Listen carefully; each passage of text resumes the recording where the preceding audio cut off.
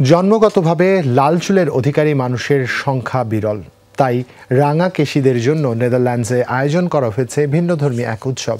বার্ষিক red head days পালনে বিশ্বের নানা প্রান্ত থেকে লাল চুলো মানুষ জড়ো হয়েছে টিলবার্গে।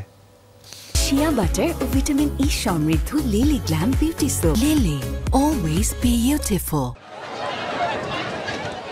নেদারল্যান্ডসের দক্ষিণাঞ্চলীয় শহর টিলবার্গের এই মিলন মেলা লাল চুলের অধিকারীদের।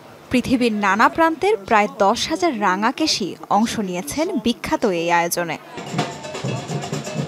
3 দিনের উৎসব রেড হেড ডেইজ। ছবি আঁকা, মেকআপ, ফটোশুট, গান বাজনা, খেলাধুলা, নানা আয়োজনে জমজমাট আসর।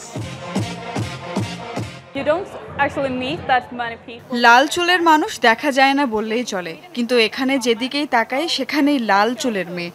নিজের মতো সবাইকে একসঙ্গে পেয়ে সত্যি অনেক ভালো লাগছে। আমার মতো এখানে সবার চুলের রং লাল। লাল চুলের এত বড় জমায়েত আগে কখনো দেখিনি। বিশ্বের মোট জনসংখ্যার মাত্র 1 থেকে 2% লাল চুলের অধিকারী। সবচেয়ে বেশি ইউরোপের উত্তর ও উত্তর পশ্চিমাঞ্চলে। তবে পশ্চিমা দেশগুলির লাল চুলের কারণে এখনও বিদ্রূপের শিকার হতে হয় অনেককেই।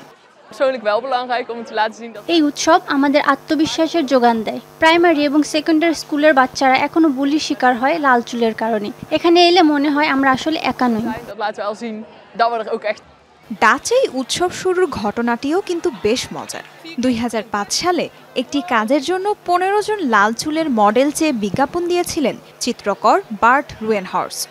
সাড়া দেন প্রায় 150 জন। শেষমেশ কাউকেই না করেননি বার্ট। সবাইকে নিয়েই আয়োজন করেন ফটোশুটের। সেই উদ্যোগ এতটাই মজার ছিল যে প্রতি বছর আয়োজনের সিদ্ধান্ত নেন আয়োজকরা।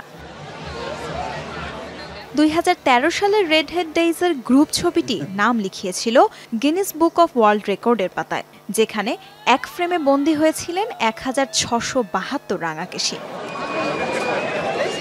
তাজরিয়ান সোবহান, যমুনা নিউজ।